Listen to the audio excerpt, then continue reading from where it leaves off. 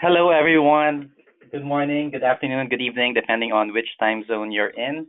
Welcome to the RepRisk and PSI webinar on ESG integration.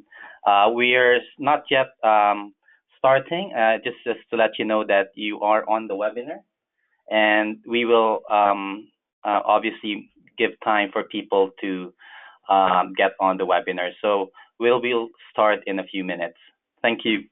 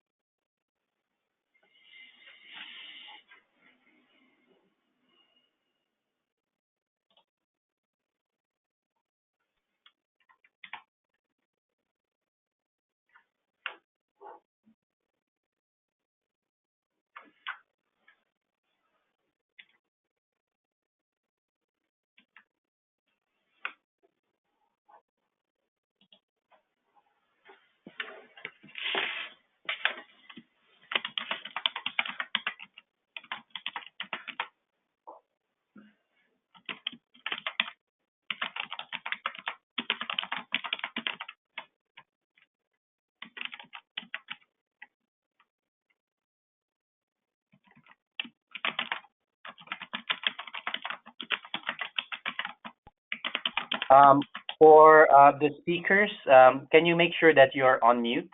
Um, we could hear someone typing. Thank you.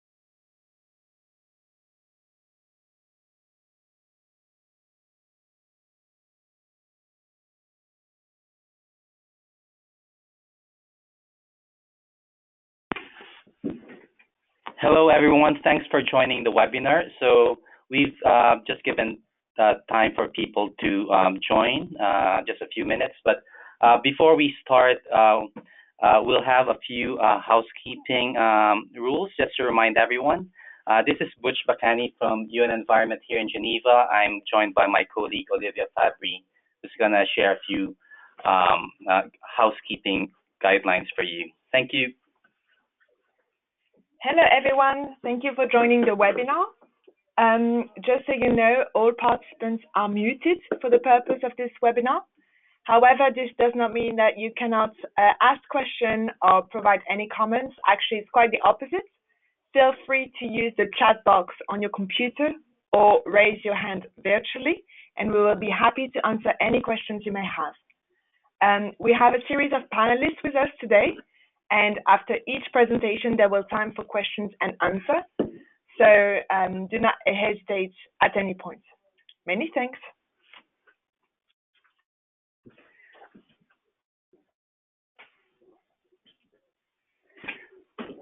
Okay, let's get cracking. Welcome to the pre-Christmas webinar of RepRisk and the PSI on ESG integration in the insurance industry. This is Butch Bakani. I'll start off with an overview presentation on the PSI and its work on ESG integration, particularly collaborative activities by the PSI. And then we'll move on to Swiss Re. We have Thierry Corti, then Allianz, James Wallace. Unfortunately, Lucia Silva from Generali, due to last-minute commitments, cannot join us. But fortunately, we have Marta Pagan, her colleague at Generali, who will be stepping in for Lucia. And last but not the least, we also have Julia Messino, our co-organizers from RepRisk here in Switzerland. Okay, next one, please.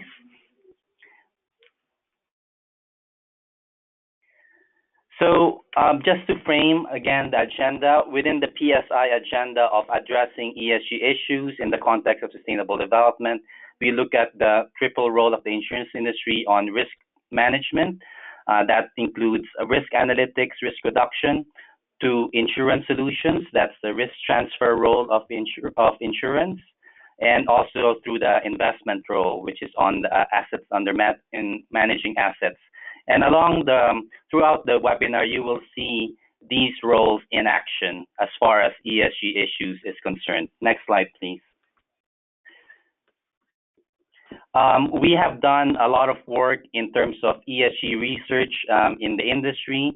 In fact, we have done, again this year, an ESG survey led by Allianz, and you will see that the scope of ESG issues is far and wide as far as insurance companies around the world, and these are examples of some of the ESG issues that we will be covering today. Next slide, please.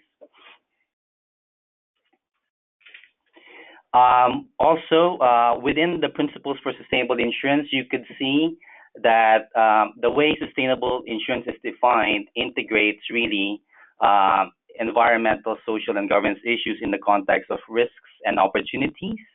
And it's clearly rooted to risk as far as better understanding and reducing risk, also in terms of innovation, business performance, and also contributing to the agenda of environmental, social, and economic sustainability, which is, in other words, sustainable development.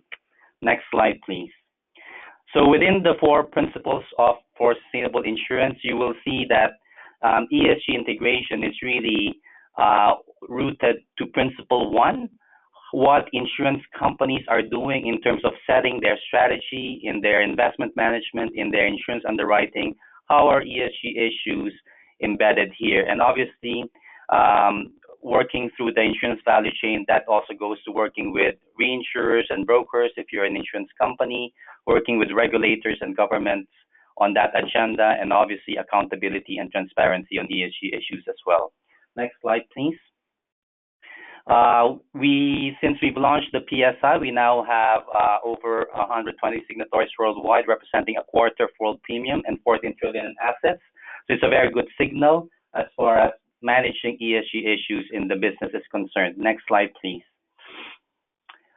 We've also are very happy that PSI members in different leading global players have been recognized as sustainability leaders. For example, in the Dow Jones Sustainability Index, 11 of the top 12 signatory companies are actually PSI signatories. So it goes to show that there is a reason for being for the PSI, and we're happy that the PSI is part of the journey of many of the leading players on this agenda. Next slide, please.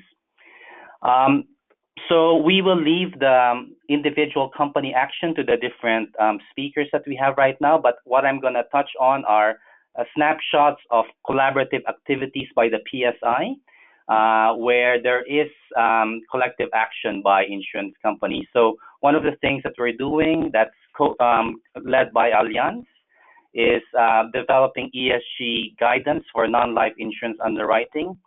Such guidance does not exist at the moment at the global level, and we are in the midst of working on that and producing a first cut by first quarter of next year. Next slide, please. Also, the Financial Stability Board have issued recommendations on climate risk disclosure by financial institutions such as banks, insurers, and investors, but also corporates across different industries. And one of the things that we're happy about is that the PSI as a set of principles is also recognized in these TCFD recommendations on climate risk disclosure. Next slide, please. And last week, we just announced a group of 16 leading insurers who are taking on board these recommendations. And it's simply a clear signal of how an ESG issue like climate risk is really going to be integrated into the core risk management and risk assessment processes of the insurance industry. So this is something, it's a work in progress, work is just about to start, but it's a very strong signal from the global insurance industry that climate risk, for example, is integral to core insurance practice across insurance and investment portfolios. Next slide, please. It's not only companies who are doing this. In Brazil, we have the Brazilian insurance market coming together as far as understanding how they can integrate climate risk and better understand climate risk into their insurance and investment activities. And Brazil is the first market to come together and say, we will work on this collectively as a market together with our insurance supervisor. Next slide, please.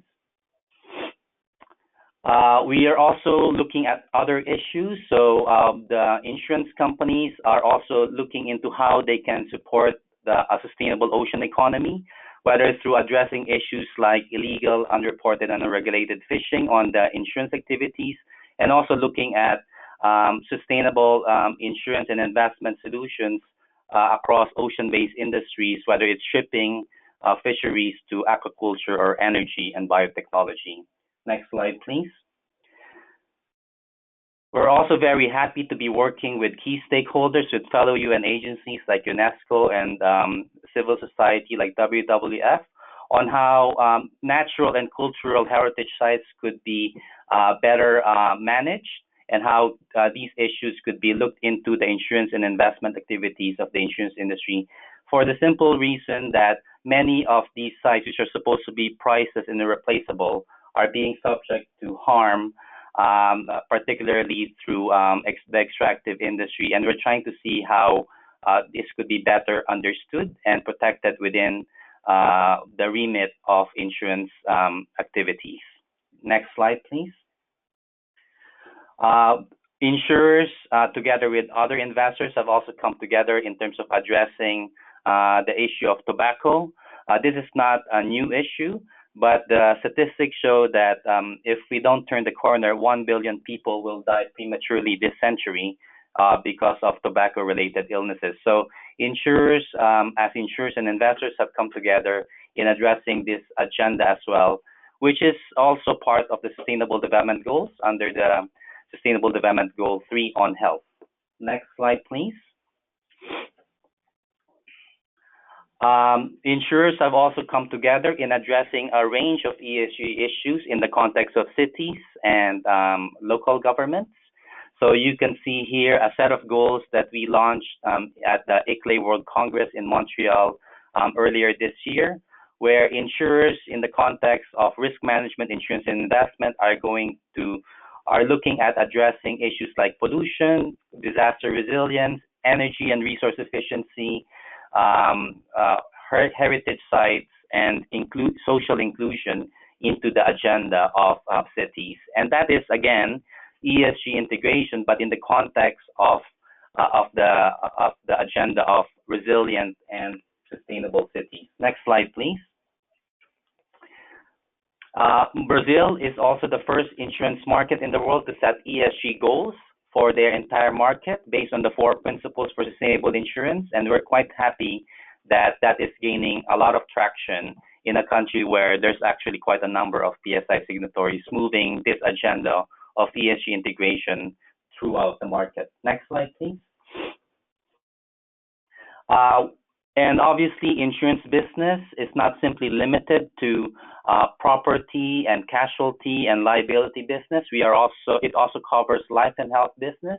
And this is something that the PSI is scoping as we speak right now in terms of what are the most material ESG issues across the life and health insurance business. Next slide, please. This is not only a market agenda, we also know that financial regulators and supervisors are taking this on board. I was just at the meeting of insurance regulators in Luxembourg a week ago, and this is being taken on board by insurance supervisors in different jurisdictions around the world. And a good example is Europe, where there's a lot of traction on not simply a climate agenda, but an ESG-wide agenda. Next slide, please. We've also created a forum for insurance supervisors to take this on board. It's almost like a PSI for insurance supervisors. And these supervisors have not only endorsed the climate risk disclosure recommendations, they are also taking on board the agenda of flagging the importance of climate risk in insurance underwriting and investment activities. So starting with climate change, but it is also a sustainability and ESG-wide agenda for these regulators around the world. Next slide, please. And we are also seeing markets embracing this agenda. Costa Rica is developing, as we speak right now, a national sustainable insurance strategy, which will cover ESG issues. We have our colleagues in Australia, led by Insurance Australia Group, who are developing a national sustainable roadmap that will also cover the banking and investment sectors. And again, it will look into ESG issues in the context of global frameworks like the Paris Agreement and the UN Sustainable Development Goals. Next slide, please. And this is an agenda that is moving around the world. This is not simply a European agenda. This is something that is we are promoting and being embraced across developed and developing countries around the world. Next slide, please.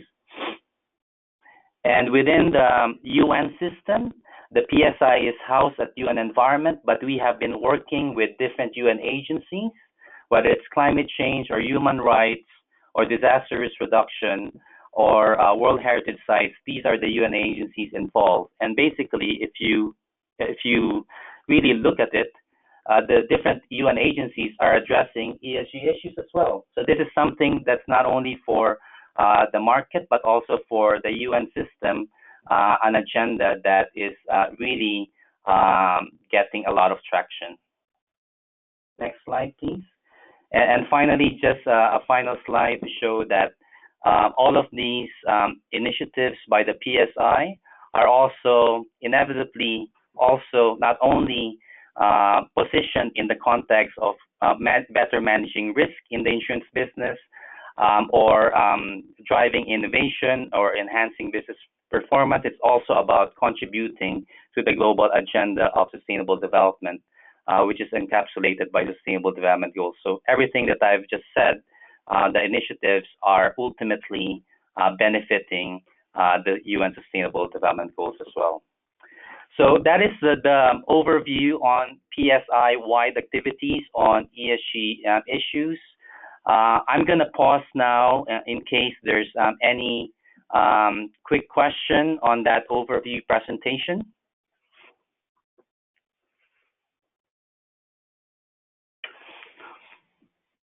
Okay, so Olivia says that everything is clear so far. So let's go deeper into the topic right now on how insurance companies are really embedding ESG issues into core insurance and investment practice. So as mentioned earlier, we'll be starting off with Swiss Re, and we have Thierry Corti of Swiss Re with us. Thierry, the floor is yours. Thank you, Butch, and thank you everyone for having me and for your interest. As Butch introduced in his previous slides, there's a strong alignment between sustainability and sustainable development and the interests of insurance. And that's also true, of course, for Swiss Re as a big insurance company or reinsurance company. We provide insurance products for other insurance companies, and for big infrastructure, big companies, big organizations. And we need, as a basis for our business, we need to understand all the big risks that we're facing, including hurricanes, terror attacks, or rockets exploding on the way to Mars. Everything that can go wrong in a big way is crucial for us to understand. And of course, that also includes the big future risks, and sustainability and sustainable development is one of the big challenges. And so I hope it's no surprise for you to learn that there's a long tradition of thinking and acting on sustainability at Swiss Re. On this slide, you see a small overview of the latest developments from our operations, our investments, and our business products. And we update this slide several times a year. We have new things coming up all the time. And so if you're interested in a broad overview, I'm happy to give you a day-long introduction to the topic, but not today. So today I will focus on one small area, an important area, the sustainability risk framework, and then even focus further on to the process and the research that goes into maintaining that process. But on this slide, and this will be distributed later, you find the link to our CR report, and also an important report, the Responsible Investments ESG integration report that we have. Next slide, please. So as I said, I'll focus here on how we manage sustainability risks in our business. So that's all our business activities that fulfill the sustainability risk framework. And you can think of the sustainability risk framework as a minimum standard in terms of human rights and environmental protection. It has been established in 2009, and it applies to everything we do, and includes a process that we'll talk about later, and it contains guidelines for human rights and environmental protection, more in general, and then focuses on key industry and activity segments in our business. What you can see here also is a small figure showing the number of referrals, and we will learn later what that means. You see that these numbers have gone up and then have gone down again, and there's a specific reason why that happens. So next slide, please. So this slide here explains on the right the process that is behind it, and this is the current process. So what's happening is that for any business transaction, the business practitioner, the underwriter or client manager, or anyone who does business uses our SBR assessment tool, which is an online tool which quickly allows us to assess ESG risks in whatever we do. This online tool is very simple to fill in and click submit, and you get an immediate answer. If the answer is a high risk, meaning that it's a bit more complicated than just saying yes or no to something, then the assessment goes into a referral tool and is then looked at by a team of experts, our sensitive business risk experts. These experts perform an analysis. They do a targeted research on this specific case and come up with a decision, either a yes under condition, or a no to that business. And then it's always possible to have an escalation, to discuss that in more detail, and to come to a common understanding of the ESG risk associated with the business. Now this circle that you see until 2015 did not have the SBR assessment tool, the dark blue box. That's really the new one. So what we realized a few years ago is that before, and everyone needed to understand the guideline, apply the guideline without the help of any tool, and would then submit the referral if needed. And this just led to too many referrals being submitted. So it was overwhelming. Of course, we were proud of the big number and the awareness that we had created for ESG issues internally, but it was not manageable anymore. So we introduced this SBR assessment tool. And on the next slide, I'll talk about what that tool means for us. So the SBR assessment tool, as I said, is an online tool where you start an assessment. We're now also in the process of automatizing it, so that a human does no longer have to fill everything in. But typically, this SBR assessment tool, you characterize your business transaction or your activity, and then the tool assesses the ESG risk associated with it. So, for instance, you enter that you want to provide an insurance cover for a thermal coal power plant, and we have introduced a new policy this year that prohibits Swiss Re from providing support there, and so you then get the answer for the business that you try to evaluate. What's really important here is that previously, before we had this tool, when we would introduce a new policy, like we did this year with thermal coal policy, we would have to inform everyone about it. And if we would do an assessment, for instance, we would assess all dams in Brazil or all dams in the Mekong Basin, like we did last year, and we would come to a conclusion that certain dams are sensitive and others are not sensitive. In the past, we would have written a report and sent it out to all the interested parties. Today, we can still write a report and send it out to everyone and inform everyone. In addition, what we can do is we can put all the results into the SBR assessment tool, where it is integrated fully into our business process, and everyone accessing it gets the result from the tool. So instead of reaching maybe 100 people that are interested in reading a report and then forget about it, we now reach the entire breadth of our business activities, and we do that in a systematic way, and people do not have to think about the report anymore. They just use the tool. I think this is a great addition to our research, and really adds value to the research that we perform internally by systematically integrating it and updating this tool very, very regularly. Next slide, please. So now for the cases where the automatic assessment tool comes to conclusion that this case is highly sensitive or more complicated than a simple tool can handle, then the referral is triggered. And for transactions that are identified as high risks, these referrals then end up with our team of sustainability experts. And these experts conduct then targeted research.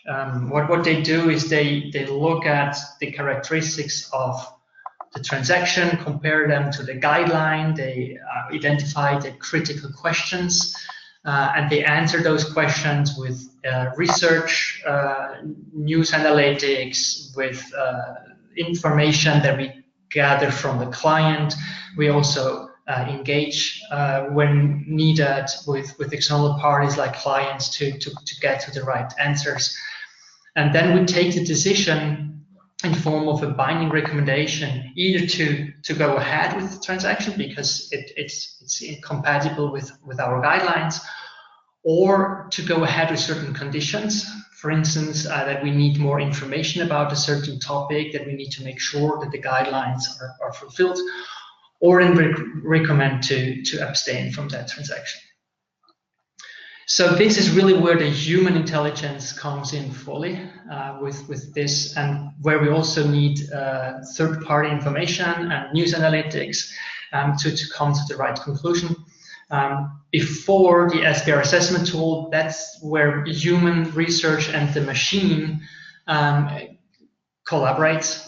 And the entire process is something that we constantly update and really adapt to new developments externally in the world, new findings, that we have, and also we update it as we further development the sustainability risk framework. And with that, I would like to open for questions.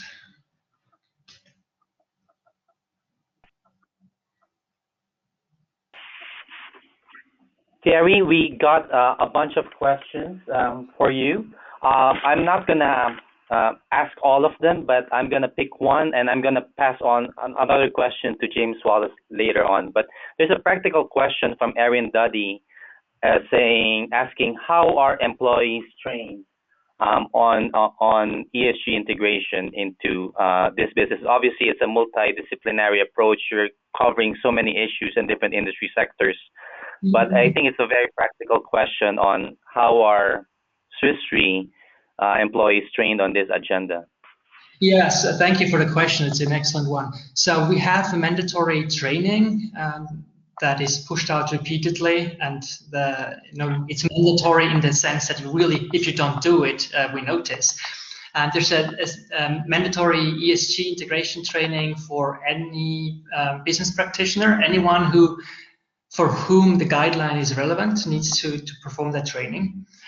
In addition, of course, we also scan the business activities internally, and we assess all the business that we do, and we look for sensitive business, and we update the people that come in touch with sensitive business regularly as well, especially when we introduce new guidelines or we change guidelines, or whenever we see an external development that's relevant, we compare that development with our internal business activities, and we perform updates. So we provide updates or perform trainings when necessary. So there's a mandatory part, and then there's a part where we provide tailor-made information. Right. Thank you, Terry. And obviously, it seems like it's a very dynamic process for Swiss Re. I hope I get that mandatory training at some point as well. I'd love to do that. And just a quick follow-up question for me, Thierry. How does a new issue get flagged or on your sustainability framework? For example, in your presentation, you mentioned there thermal coal new. Mm-hmm. What is the process for Swiss Re to flag saying that this is going to be on our framework? Yeah, I mean, traditionally, this has not been extremely structured, to be honest. So whatever came up within the company is flagged. It's very dynamic as well, the process. Now, recently, we have a materiality assessment process. So in our CR report, you find our materiality map with the topics that we want to focus on. And for instance, for the thermal coal policy, our commitment to mitigate climate change is quite old. So that's why we are carbon neutral as a company. We include climate change considerations in our investments. Essentially, we include it wherever we can. And for the thermal coal policy, the trigger was essentially the Paris Agreement and our Paris Pledge, where we announced that we would support the transition to a low carbon economy. And that was a trigger to consider how we can provide a structured transition towards a low carbon economy, especially on the energy side. And the thermal coal policies is one step in that. So the thing is, that typically we would think from the perspective of sustainable development, and then we would see what is the right tool. So sometimes support for the Paris Agreement comes from investment side because we see that there's a need to act on that side. Sometimes it's on the operation side. So, for instance, we are more than only participants. We're co-creators of the RE100 initiative that has the goal to have our electricity 100% renewable. And there we drive that with our partners. So it's always a question of what is the right tool. And whenever we feel that sustainability risk framework is the right tool to address a new topic, a a new challenge, then we take it up there.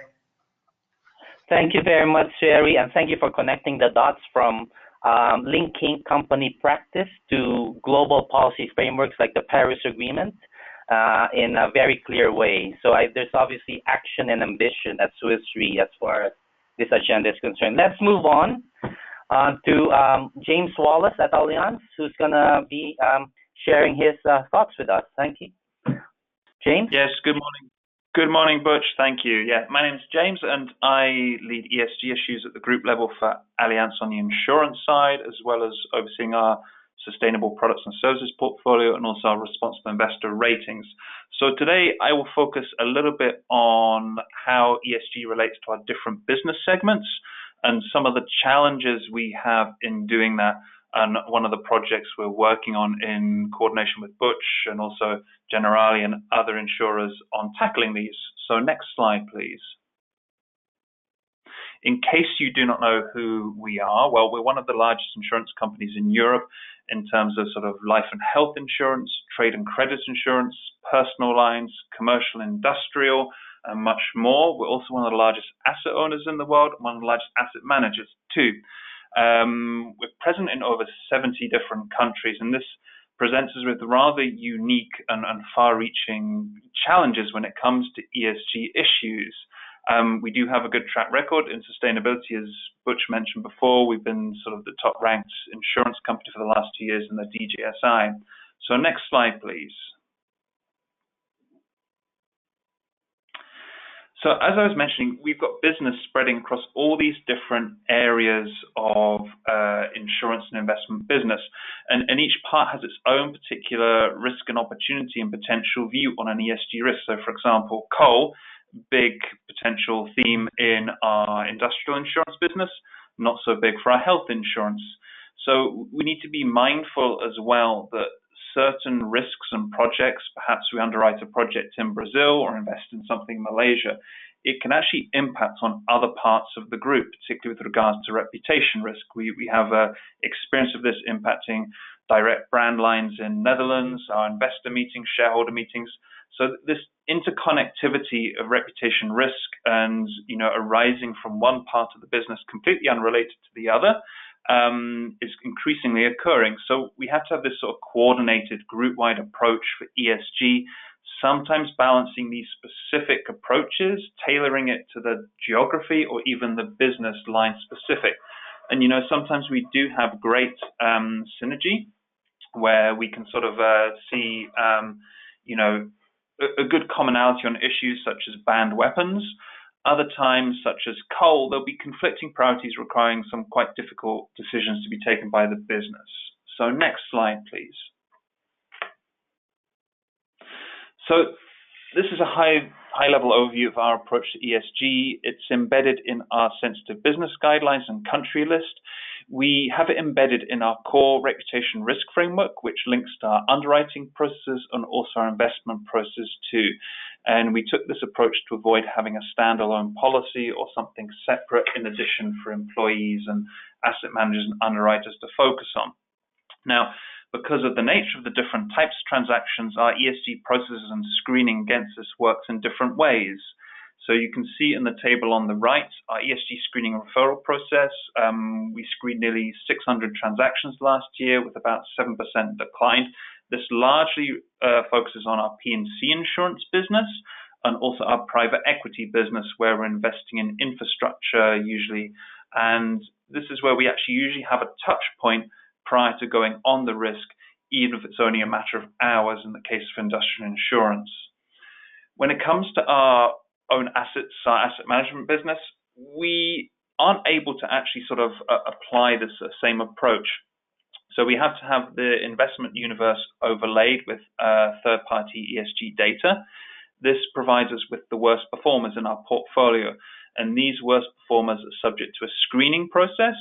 And the intention is that over time we either improve it or we find out the allegations or cases are incorrect with the eventual result in divestment where needed. This is a fairly new process to us. What was increasingly clear is that engagement is something that we do across all aspects of ESG, both on the insurance side and on the asset management. but increasingly we're having to take this coordinated approach again, because there's no point going to divest from a company when you're not aware and talking to them about your relationships on the trade and credit side or the industrial insurance. So again, this unified approach is increasingly needed. Exclusions, as I mentioned, we exclude coal. You can see details of all this on our website, and controversial weapons. And then for our third-party asset management business, obviously these are asset managers we work with Allianz and on behalf of Allianz managing clients' money. And generally they operate on the client mandates. So we have here that 99% of our asset managers are actually PRI members or have a responsible investment policy. And we will be raising the performance benchmark and thresholds for these business partners over time to improve it, because we can't take a specific stance on the client mandates. If you want to find out more about the transactions or our focus, it's all included on our website, because we're very open and we're very open to feedback too. So next slide, please. So we do have a lot of challenges when it comes to managing ESG risks and transactions, and this is focusing a little bit more on the P&C side, for the insurance side of risk and transactions. And, you know, we use RepRisk a lot. We love it. It's invaluable for getting a quick understanding of the different media issues and reputational risks in the business. But as we all know, and certainly from Allianz's own experience, media stories are often incorrect, incomplete, or untrue. So also from other ESG providers, often the methodology is quite poor, lacking an understanding particularly of the insurance sector and differing types of insurance. And also it can be sort of often the quite junior employees running the work as well. So it's important to note that third-party data should only ever be an indication for your assessments and should not be sort of the end result. Competing against this, though, we've got the increasing digitalization of the industry, and underwriting is having less and less touch points for manual intervention. Times for transaction turnaround is decreasing.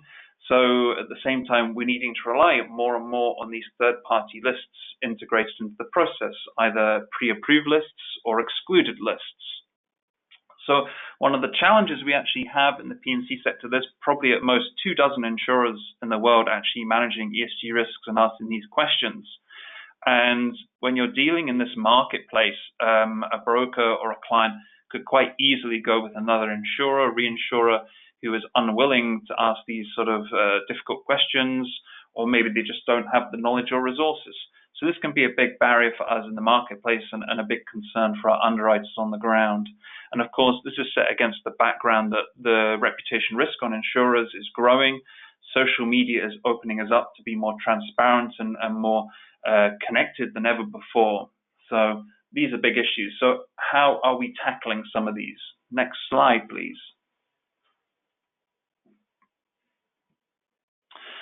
So together with Butch, I've been co-leading this project over the last 2 years about developing an ESG standard for P&C insurance transactions. And a big thanks to all of our partners here who are involved in the working group with us, who have been sort of road testing ideas and working together in doing so. And also the additional 30+ organizations who have been involved in the process too in interviews. Next slide, please. It evolved out of a number of other PSI projects that Butch listed before, and we're taking this phased approach of interview phase, which is complete, a survey phase, which is complete, and the plan launch coming up, and we'll touch on 2 key findings from these processes in a moment. But in addition to the challenges I just mentioned about integration of ESG, why we're doing this is that there's a very interesting point within the guiding principles on business human rights related to financial transactions. And they specify that these should have due diligence relating to human rights abuses where you might be complicit or have leverage. There's no detail on this. So this is quite difficult for the insurance industry to understand. When are you complicit? Is it when you're the lead insurer or a follow insurer? Is it when you're the broker? When do you use your leverage? You know, these are a lot of questions which are hard to understand, and there's no guidance much, so we're hoping to address this. Also, what we're seeing anecdotally and also through research such as our industrial insurance business conducted on natural capital, that we're seeing that actually well-managed ESG risks of projects, also clients with good ESG track records, do have lower claims. This is a growing area that we're working on to understand but certainly anecdotally this seems to be true, and we're trying to get the data to do that as well. So what do we hope to achieve through this project? Well, for the first time ever, provide some kind of common risk framework for the insurance industry on P&C to really help this flow of information from the clients via the brokers to lead insurers and reinsurers to follow position. Because if you can't necessarily fully rely on the third-party data, sometimes you do need feedback from the client to comply with the leverage requirement in the guiding principles. You need to actually take this into account. So we hope to also define a little bit on the materiality of roles, types of underwriting, and more. So next slide, please. So we actually conducted a lot of interviews with real experts in the business. These were CEOs of insurance companies, experts in brokerages, reinsurers, NGOs, investors, and more. And you can see all the different lines of business we touched on in the bottom left. Lots of very interesting comments from senior professionals in the industry. But throughout this, the key result was that 100% of these interviewees were favorable towards some form of ESG guidance and standard. Next slide, please. So we then entered the survey phase, and our target was people with underwriting experience and industry professionals. We had over 200 participants with over 15 years experience in the industry. And it one of the key results really was that it underlined the fact that these were generally participants who potentially had an interest in ESG or were aware of it, and only 48% of those participants had any internal guidance on ESG. And you combine that with there's no external guidance on ESG integration P&C, this is the reason that we're developing this project. So we aim to launch in Q1 in February next year at our auditorium here in Munich, the launch of the first draft guideline on ESG and P&C business. And we intend this to be an iterative process. It will be a draft for consultation. We will make amends to this annually. We will take feedback. We're not professing this to be the final solution, but we want it to be a start and part of an ongoing process about sort of scaling up the involvement ESG, making brokers and clients more aware of what insurers and reinsurers are looking for, and taking care of some of the points we should be doing as an industry. So if you're an insurer or reinsurer listening, a broker, the working group, we're very open to having you join to help share the direction of this guidance. Likewise, if you want further information or have thoughts, please do reach out to one of our email addresses here. And with that, I will bring it to a close. And back to you, Butch.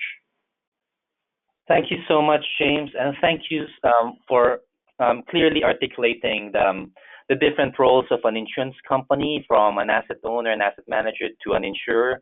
And this is what we highlighted earlier in terms of the different ways an insurance company could influence and manage ESG issues.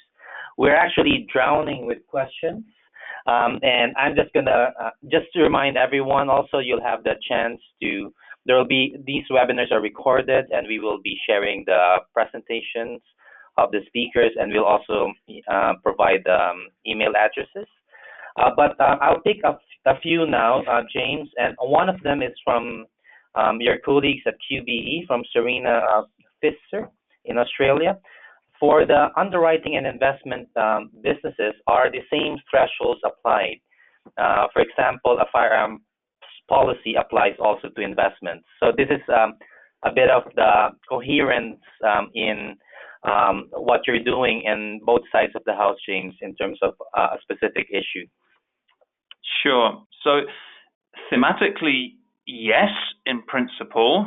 I think when you actually get down to the implementation, so for example, if you look even at controversial weapons, you generally have a list of issuers and clients, and you can feed that in. Where the difficulty arises on the insurance side businesses is where you've got business potentially linked to a controversial weapons provider, but whether it's material to the production, such as, the health plan for employees or the insurance of the catering company on site. So there's a balancing argument and consideration you need to take with that thing. I mean, if you take the example of coal as well, you have this sort of ready-made issuer list in some respects for the investment side, but when you deal with the insurance side, we're dealing with state-owned enterprises, smaller risks that aren't usually on the ESG research providers, things So you have to take a more case-by-case approach. Sometimes you need to look at the packaging of risks. So sometimes you get sort of a coal plant included with sort of renewables and other risks put up by the broker or the client. So I think generally for the insurance side, you need a bit more of a granular approach, and you need to explore it a little bit more because of the complexity. Whereas on the investment side, you're generally dealing with a more structured investment universe of issuers and product types. So yes and no. Thanks, James. And I know that, you also highlighted the challenges on managing ESG risks, from data quality to the speed of transactions. How much of these issues could be assimilated quickly by underwriters and portfolio managers in making decisions, right? And also, it's not only Allianz making the call, but also how willing are business partners and clients getting on board this agenda as well. So these are really good things to cover. Just another one that I'll pick for you, James. It's from Tyler Froelich. You use ESG. Yeah. You use ESG as a screening criteria to take on risk, but from a capital steering perspective, how integrated is ESG in the long-term capital allocation process? So this is more on the asset management side, James. I think it's probably not integrated to a great extent yet. It's something that is being looked at, and it will be improving over time. I think there's quite a bit of feedback. Yeah, so I think it's not there yet, but it's something that's being looked at over time. More is the screening on the overall assets and the portfolios, and also at the product level at present. Okay, so just to make sure that we have time for the others, we'll get going, and we still have a final Q&A at the end, so there's a chance for a catch-all there. Let's get on to Marta from Generali. Marta, please. Yes, thank you, Butch. Thank you, everyone, for your time. So my name is Marta Pagan, and I work in the Group Sustainability and Social Responsibility team here at Assicurazioni Generali. Next slide, please. I wanted to get started by giving you a little bit of background about our sustainability journey, which is really about creating value in the long term. The reason why we included this picture in this slide is that we think that you can think of sustainability as, it has a tip of an iceberg, which are the visible issues and activities, but there's actually a lot underneath the surface. And this is because sustainability, it's really about the way you do business. So when we look at our sustainability journey, it started as a nice to have, so really a reactive approach. And it then moved on to being all about reporting, which is really important because, of course, it is about being transparent towards your stakeholders. But it then moved on to being really a strategic area of focus for the company, and to us having a more proactive approach. And this is really enshrined in our Charter of Sustainability Commitments. Next slide, please. The board of Assicurazioni Generali approved the Charter of Sustainability Commitments in March 2017, and it really sums up our positioning in sustainability, which is about being a corporate citizen and creating long-term value for all our stakeholders, and ultimately contributing to a healthy and sustainable society. And to do this, we rely on two pillars: running a sustainable business and living the community. The one we will focus on, of course, is running a sustainable business, which is all about our core business. But the Charter has a number of different commitments that span all of our stakeholders. Next slide, please. Out of all these commitments, we defined our 12 top priorities. And as you can see, the one I will focus on today is really about responsible investments and underwriting. So we have had responsible investments guidelines since 2015, which are also publicly available. And what we wanted to do was to make sure that our investment side of the business is aligned with the underwriting. There were elements of sustainability in underwriting policies and guidelines, but what we have wanted to do is to create a common framework for this. So next slide, please.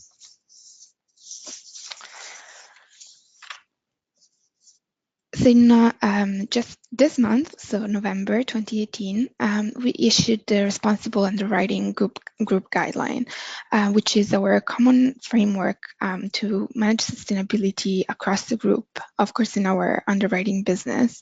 And it has two aims. The first is, of course, to adopt responsible conduct, and this is in line with our commitments, such as being a PSI signatory, of course. And then the second aim has been to reduce our exposure to clients whose behaviors are not aligned with our principles. And this, of course, has also an element of reducing our reputational risk. So the way we went about this was to have a working group that included not only our underwriting colleagues, but of course, group sustainability and social responsibility, as well as colleagues from our investments, wealth and asset management team. And this is because we really wanted that integrated approach that I think James also mentioned, and to have an overarching framework. So the aim of the guideline is to assess ESG features of both prospective and insured clients, and to minimize the potential reputational risk, and at the same time keep track of clients that have a high ESG exposure. The way we do this, so the processes and procedure side, is we have identified a list of sensitive sectors from an ESG perspective. And this triggers a check using RepRisk. So this is a case-by-case basis assessment that the underwriter has to undertake. And after the RepRisk assessment, there has to be authorization. And basically the higher the risk, so the lower the RepRisk range is for the potential or the insured client, then the higher level of authority in the company has to authorize the business transaction. And the reason why we chose RepRisk as a tool is that compared to investments, where it is much easier to get information about listed companies, in underwriting you often have companies that are not listed, and RepRisk is really a precious tool to find out information about them. We use both RepRisk range and RepRisk index because while RepRisk range gives you a snapshot of what the ESG exposure is, we found that RepRisk index also allows you to track the performance of that business over time. We then have special procedures that go beyond the RepRisk assessment that I mentioned already for clients that have an extremely high ESG exposure or that carry out coal-related activities, as we outline in our climate change strategy. And finally, for marine business, for IUU fishing. Next slide, please.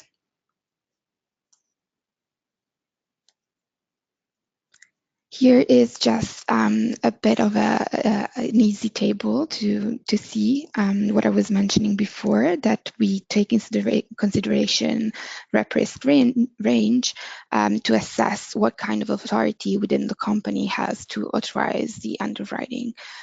So the lower the range, the higher the risk, and the higher the authority level that is needed. Next slide, please. This is sorry, the one before.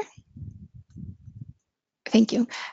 This is just a list of the of initiatives that Generali supports, and the reason why I included this here is that, as I mentioned in the beginning, sustainability is a journey, and there are a number of external initiatives out there that can really help this journey and be of inspiration for a company.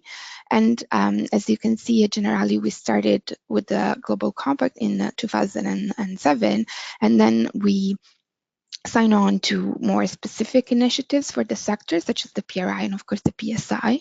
And then in the last few years, there has been an increased focus on the climate issues, and this is why we support the just transition and of course the TCFD. So this is all from my side. I'm happy to take questions. Thank you so much, Marta, for sharing the Generali journey. I think it's safe to say that it's been a journey for all the organizations speaking today on this agenda, and you can see how that journey is evolving very rapidly, actually, within companies and across the industry. There's a question, Marta, about your group responsible underwriting guideline on how is this it's taken in the context of investment management being a different profession from insurance underwriting. What are the structures in place in Generali in governing ESG issues that makes you take this integrated and holistic approach towards the business model of insurance companies that covers asset management and insurance underwriting? So obviously you have a guideline, but what were needed by Generali internally to be able to get to connect the dots internally in terms of managing both ESG risk in assets and underwriting? Yes, very, very good question. I think as I mentioned, of course, we had a responsible investment guideline, and we have both a negative screening approach and a best-in-class approach because we do have SRI funds, and this has been the case for a few years now. So what we wanted to do was to have the same overarching framework and clear governance on the underwriting side as well, because as I mentioned, there were elements of sustainability and ESG in the underwriting approach, but it hadn't been disciplined in such a common way, let's say, across that part of the business. And I think James also mentioned this in his presentation. I think going forward for insurance companies, it is absolutely key to align the approach between the investment side and the underwriting side. I hope I've answered the question. Thanks very much. And just also this quick follow-up question, and I know I discussed this also with James. How does ESG standards relate to the IFC performance standards or similar guidelines? So is this something that Generali's taken on board as well? Sorry, could you repeat the question? So how do ESG standards that we are discussing today relate to the IFC, the International Finance Corporation Performance Standards or similar guidelines? Are these standards by the IFC, for example, being taken on board as well? I think I have to echo James on this one as well. I think it's a work in progress. It's definitely in the works, but it will take some time. Okay, that's fine. James, did you want to jump in on that? Yeah, sure. So, I mean, the IFC guidelines, we actually looked at them when we were developing our sensitive business guidelines, and there's a lot of really good points in them, a lot of important things, but with the challenges of the turnaround times being a matter of hours, we had to distill that down to sort of really some key risk criteria in a minimal number of questions, because otherwise there just isn't the time to assess the extent that they are there. Where we do use the IFC guidelines much more extensively is within our trade and credit insurance business, in particular our arrangement with the German government, where we sort of oversee sort of export credit guarantees. And in that business in particular, we actually look in detail at the IFC performance standards and others, because the nature of the transaction is there. We're required to do due diligence in accordance with that as specified by the German government. So we are influenced by them. but because of the nature of the transactions, we cannot follow them to the same extent. Thank you so much, James. So there are questions are still pouring, but we'll get on. We'll try to address some of those at the end. So let's get on with Julia from RepRisk, who's going to be sharing with us what RepRisk is doing on this. Julia? Thanks, Butch. Good morning or good evening, everybody. My name is Julia Messino. I'm the Client Services and Account Management Manager at RepRisk. It is really a pleasure to be part of this webinar for me today, as my background is in the insurance industry.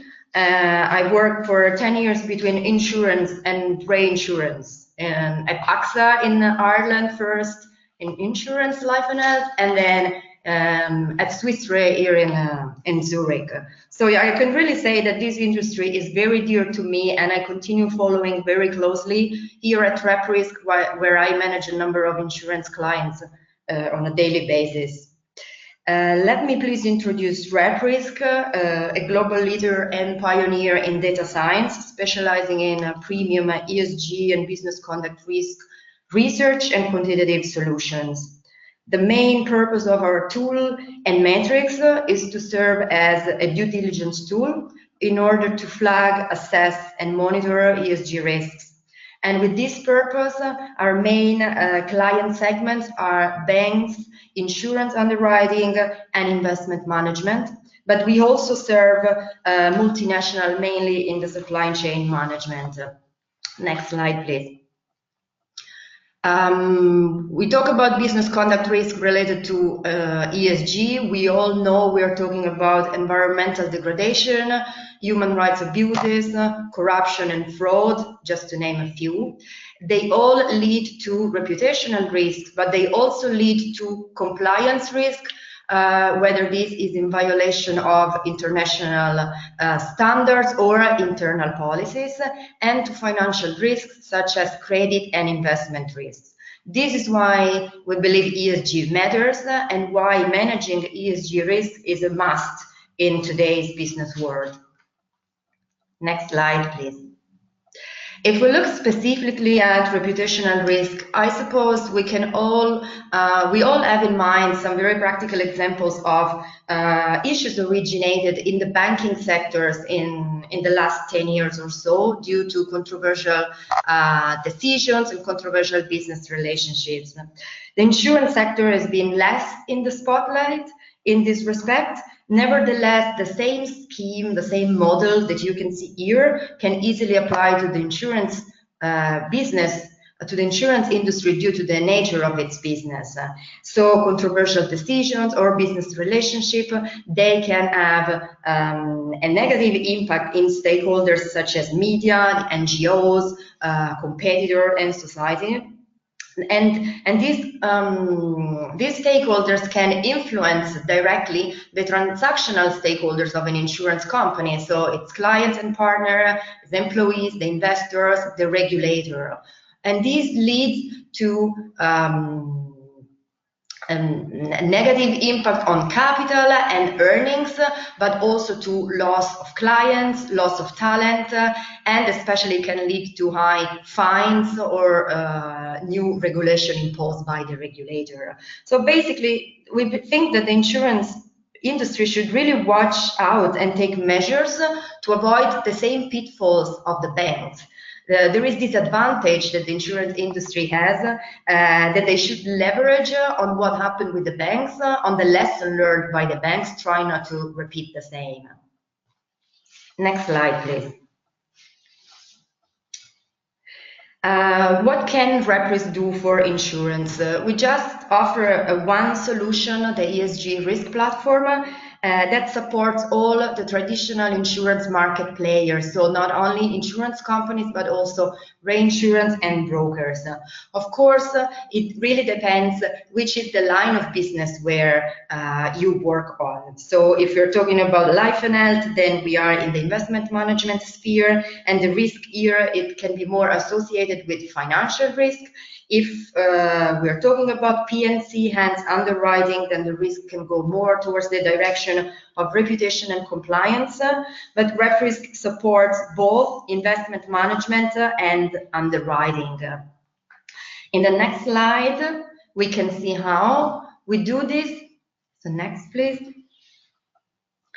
Running the largest and most comprehensive database on ESG risks in the world. We have profiles on all countries, meaning more than 200, including emerging and frontier markets. We cover all sectors and industries, more than 110,000 companies, with a split between 15 to 20% listed and 80 to 85% non-listed companies.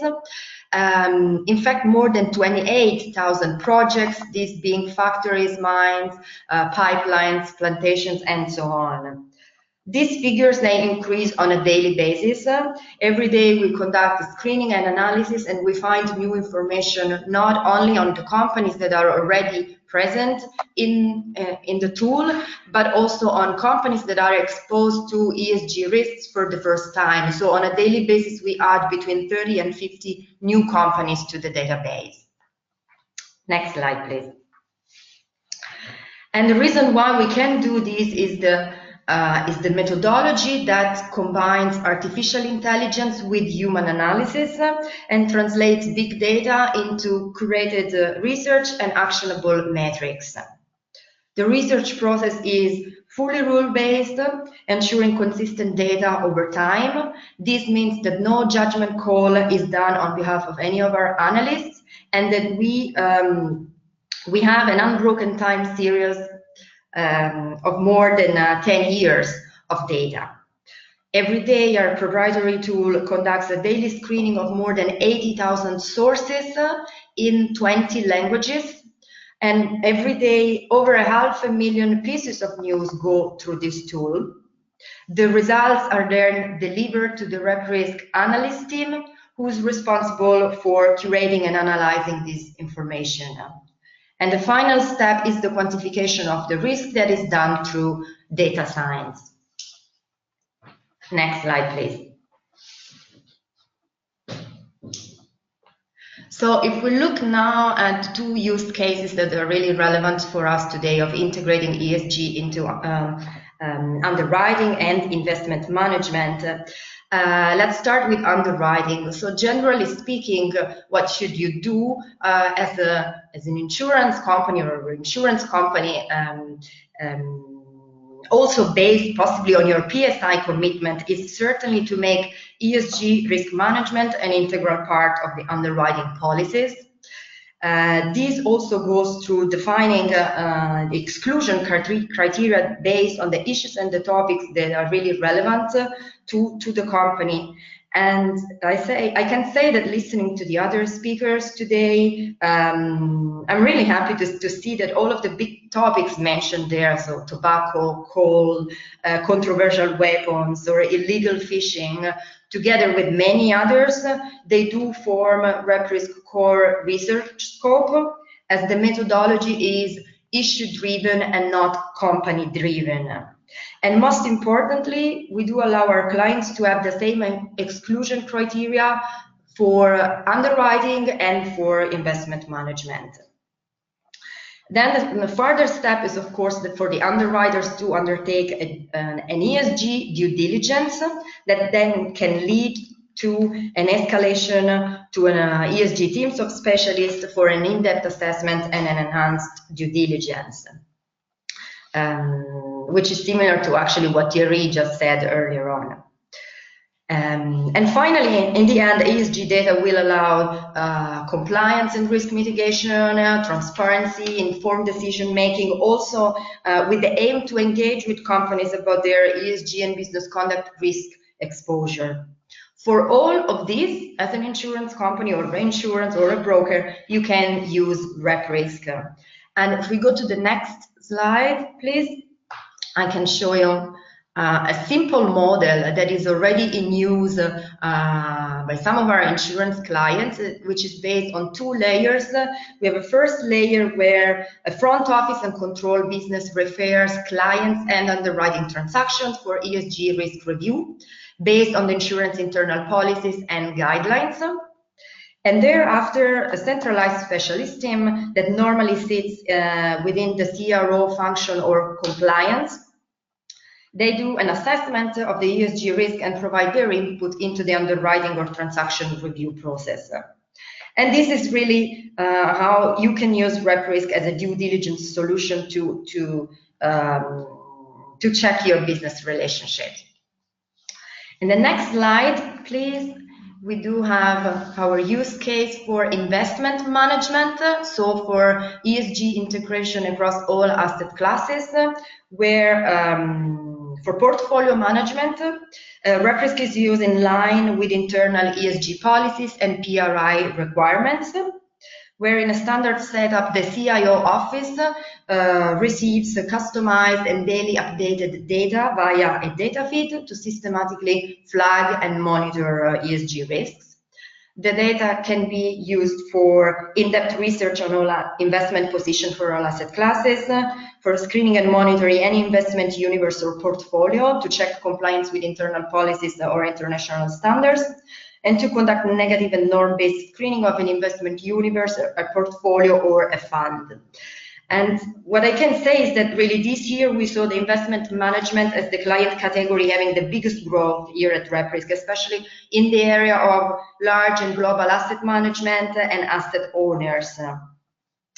And as a final note, I would really like to thank the audience for listening to this webinar to date and the other speakers for great insight and very practical examples. We really believe at RepRisk that the ESG due diligence is absolutely essential, both in underwriting and investment management. And I hope that after this webinar, you can really see the value of integrating ESG and how can RepRisk support that. Thank you. Thank you very much, Julia. I mean, it seems so cutting edge, what you just described, especially whenever I see artificial intelligence being combined with human intelligence. I think it's quite interesting, to say the least, to see how all of that is processed and assimilated into something that's practical for insurance practitioners and investment practitioners to use. So it's very interesting, the model of RepRisk.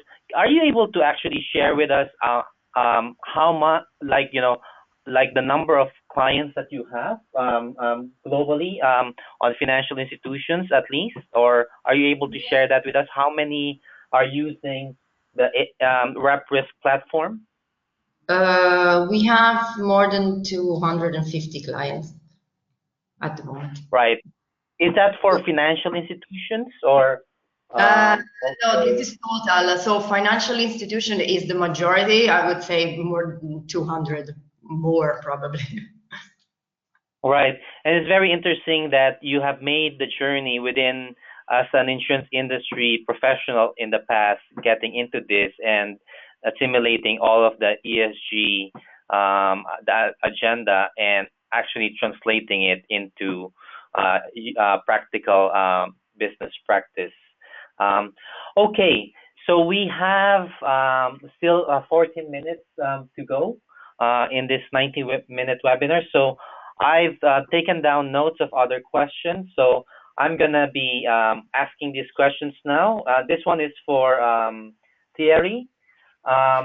There's a question from your peers from BNP Paribas, Ursula George.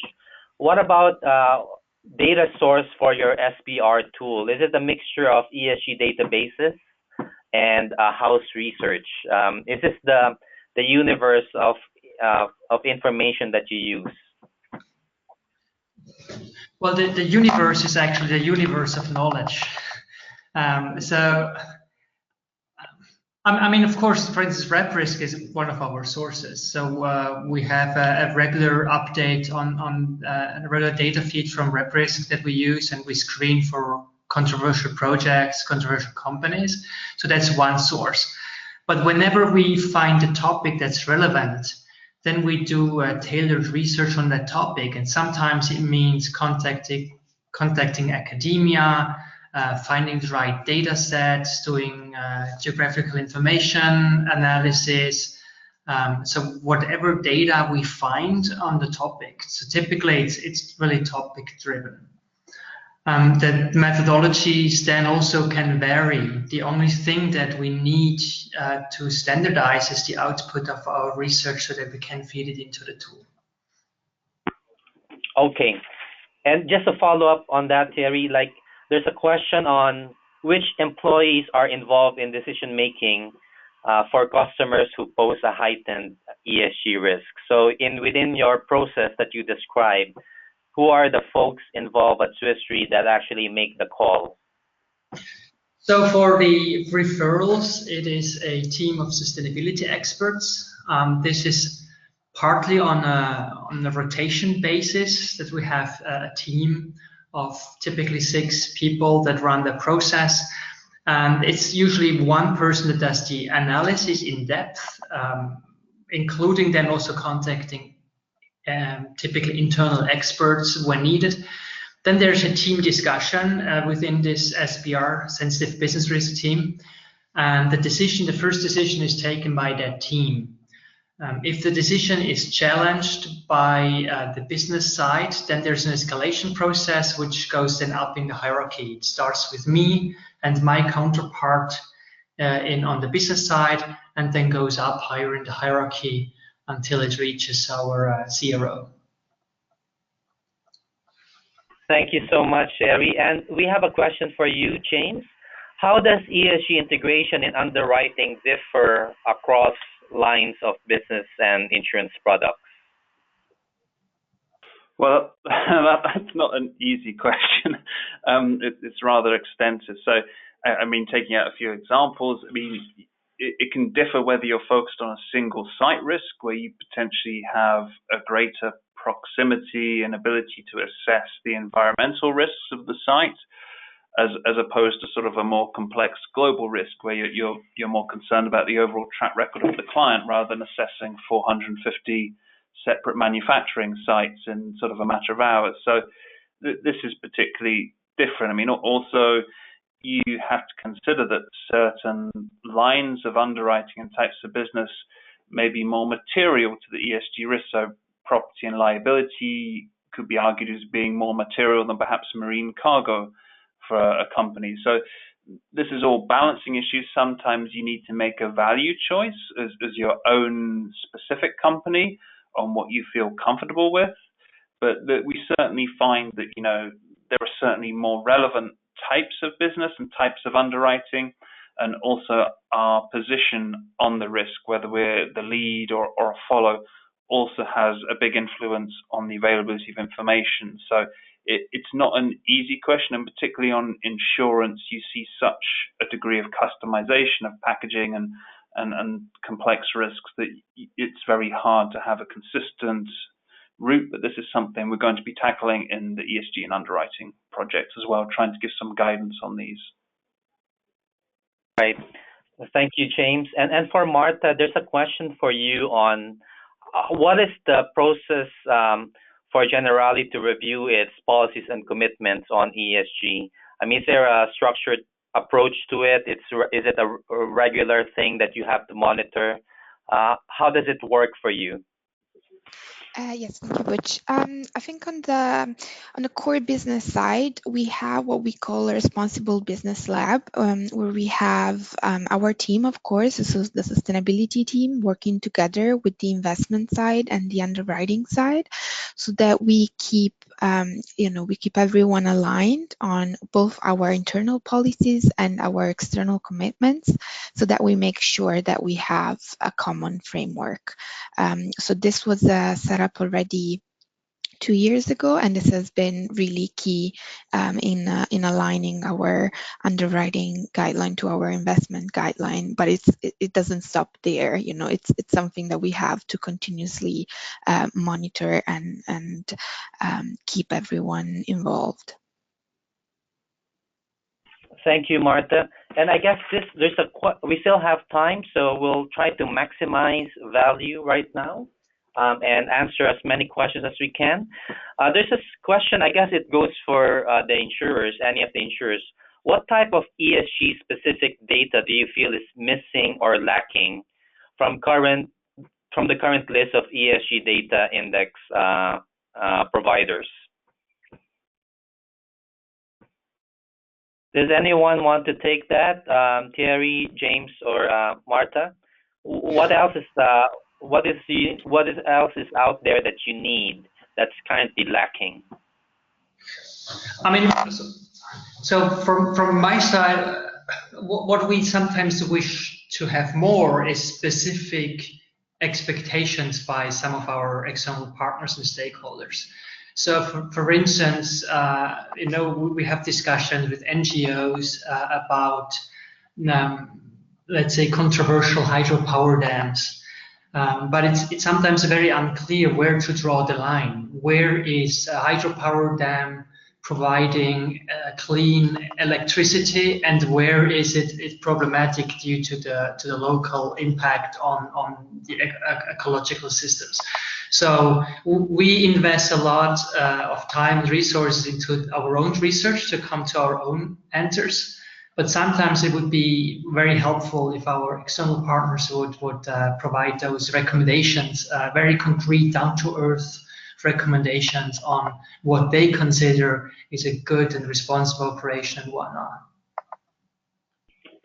Julia, did you want to respond to that? Because I think it's how much of the stakeholder expectations, for example, from civil society, is being, assimilated and captured in the services you provide? Well, the service we provide is all about stakeholders.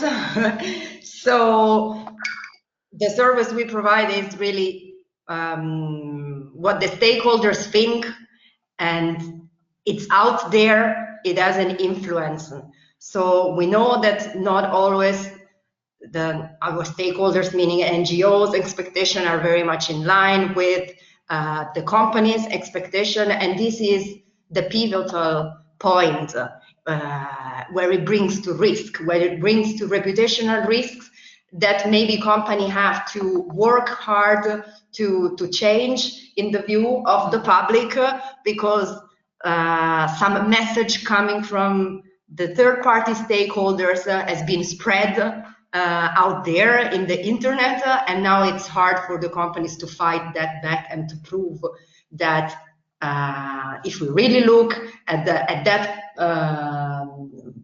coal plant or a plantation or dam or port, there is more, and there is a different situation.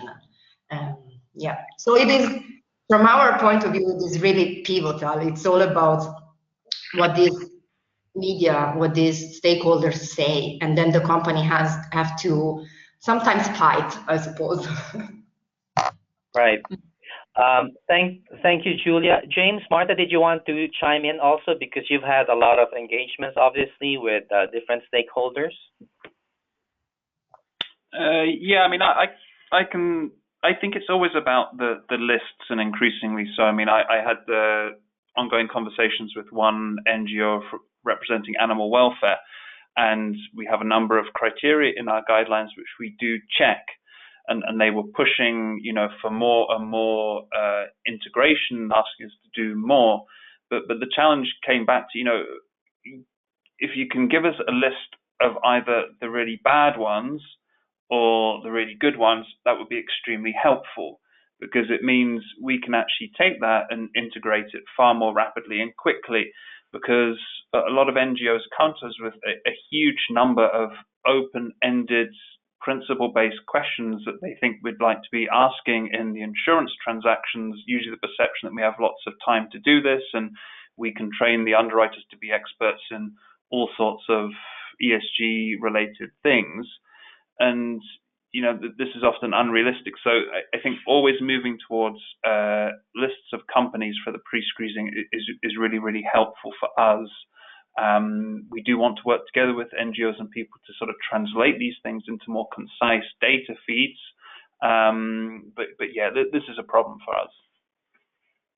Okay, so it's also the efficiency and practicality of being able to address this in insurance and investment transactions. Okay, Martha, did you want to say anything on this topic? I mean, I agree with everything that was said before me, of course. I would just add that I think we really need to be sector specific, because it is really hard when you have, general ESG data to then apply it to the actual client and project that you are talking about. So of course, lists help, but I think, being as specific and tailored as possible is key. Okay, so we're just about to finish, and I'll just give all our speakers just a short closing statement on what the message that they want to impart on this topic. And let's start from the top again, Thierry. Well, just thank you from my side for your interest and for the chance of having me. I'd say, I hope you got a glimpse at how we really practically integrate what we're saying, so that we really do it in the everyday work that our teams do, and that we do what we say we do.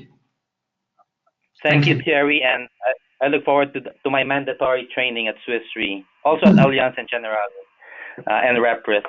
James? Yeah, I would really just say that,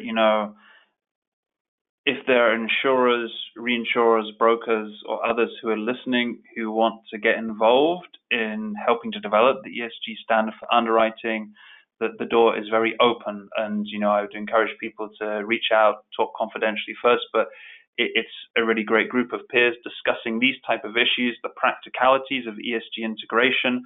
And, it's really a chance to help shape the future direction of ESG in the insurance industry, and a chance to get it more on the agenda, sort of the brokers and the clients, and really help portray the industry in a better light as well. Some of the senior level stakeholders said, we've got a problem with talent and showing that we're good. We've got a reputation from the industry. ESG is a way of solving that. And if we can do it better and do something for the overarching industry, that would be great. So do get involved. Thank you. Martha, parting shot? Yes, I'll just reinforce the message that really sustainability is a journey, and especially when you talk about integrating it into the core business, you might feel like you're never done, but on the other hand, there's always hope. So that would be it from my side. Julia? From my side, I just hope that the audience could make the connection from what I said that actually came in last with what the others said, because the way these three clients of ours are working, they reflect what I just said at the end, and this can really apply to others who were listening today. Right. Thank you. Thank you to everyone. And from our side, we're just delighted to be able to convene leading insurers and practitioners out there on this agenda of ESG integration. There's so much to be done, and it's always it never ends, but it's an exciting journey and definitely worth people's while. And in fact, we are going to have a session on ESG integration at the UNFFI Global Roundtable in Paris next week. So there's another chance to take this agenda forward and to promote it in the wider industry and stakeholders. And as we mentioned earlier, these webinars are recorded, and there will be access to the slides, and there will be another webinar this afternoon in case you want to hear from us again at 3 p.m. Central European Time.